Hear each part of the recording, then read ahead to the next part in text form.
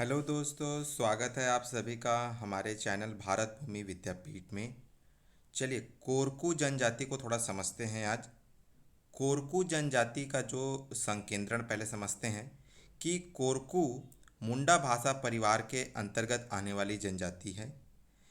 कोरकू जनजाति जो है छत्तीसगढ़ के सरगुजा, बलरामपुर, बिलासपुर, रायगढ़ क्षेत्र में पाई जाती है।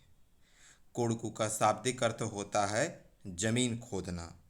अगर उत्पत्ति की दंत कथाओं के बारे में अगर हम बात करें तो इनकी उत्पत्ति रावण और महादेव से मानी जाती है। अर्थात रावण के कहने पर महादेव के द्वारा निर्जन स्थलों पर जो है अपना कोड़कू जनजाति को बनाया गया, ये याद रखेंगे। आर्थिक जीवन की बात करें कोरकू जनजाति की, तो कोरकू का शाब्दिक अर्थ चूँकि जमीन खोदना है, इस प्रकार से ये आजीविका के लिए कृषि, आखेट और मजदूरी पर निर्भर रहते हैं। कृषि भी करते हैं, आखेट भी करते हैं और मजदूरी। सामाजिक जीवन की अगर हम बात करें तो कोरकू समाज पितृसत्तात्मक होता है तथा टोटम पर आधारित होता है। टोटम यानी कि गढ़ चिन्ह होता है। यह मुंडा या कोलेरियन की एक उपशाखा है जो कोरवा, जो पहाड़ी कोरवा है, जो कोरवा के समान समांतर रखती है। अर्थात ये कोरवा की उपजाति है।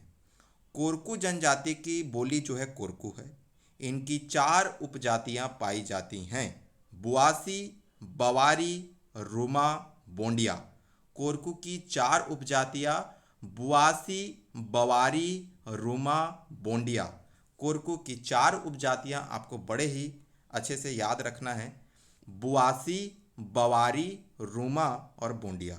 इसके अतिरिक्त एक और उपजाति पाई जाती है जिसे नहाल कहा जाता है, जो संभवतः कोरकू तथा भील का सम्मिश्रण है। ठीक है, संकर जाति। इनका प्रमुख लोक नृत्य थापटी और ढांढल है। ढांढल ये आषाढ़ माह में करते हैं।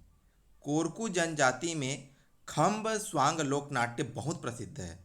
खम्ब स्वांग लोकनाट्य में ये सेमल के एक लकड़ी को गाड़ कर इसमें मेघनाद, रावण के जो पुत्र है, उनकी पूजा अर्चना करते हैं और बहुत ही हर्षोल्लास के साथ खम्ब स्वांग जो है लोकनाट्य मनाते हैं।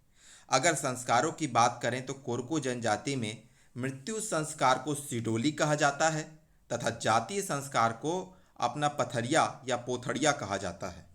मृत्यु होने पर मृतक को ये जो सिडोली परंपरा है उसमें जो है ये मृतकों को दफनाते हैं तथा मृतक की स्थिति में यह लकड़ी का स्तंभ भी गाड़ते हैं। कोरकू जनजाति में पुनर्विवाह को पाटो विवाह के नाम से जाना जाता है। पाटो विवाह में अगर कोई स्त्री अपने जीवित पति को छोड़कर, वर्तमान जो पति है उसको छोड़कर किसी अन्य जो है समृद्ध या किसी अन्य पुरुष से, व्यक्ति से जो शादी कर ले, तो उसको कोरकू जनजाति में पाटो विवाह के नाम से जाना जाता है। धार्मिक जीवन की बात करें तो कोरकू जनजाति प्रमुख देवता इसके जो है सिंगरी देव है। इस सिंगरी देव की पूजा बड़े ही धूमधाम से करते हैं। तो कोरकू जनजाति एक बार रिकॉल करते हैं: संकेंद्रण सरगुजा, बलरामपुर, बिलासपुर, रायगढ़ यानी कि उत्तरी छत्तीसगढ़। मुंडा भाषा परिवार के अंतर्गत आने वाली कोरकू जनजाति। कोरकू का शाब्दिक अर्थ है जमीन खोदना।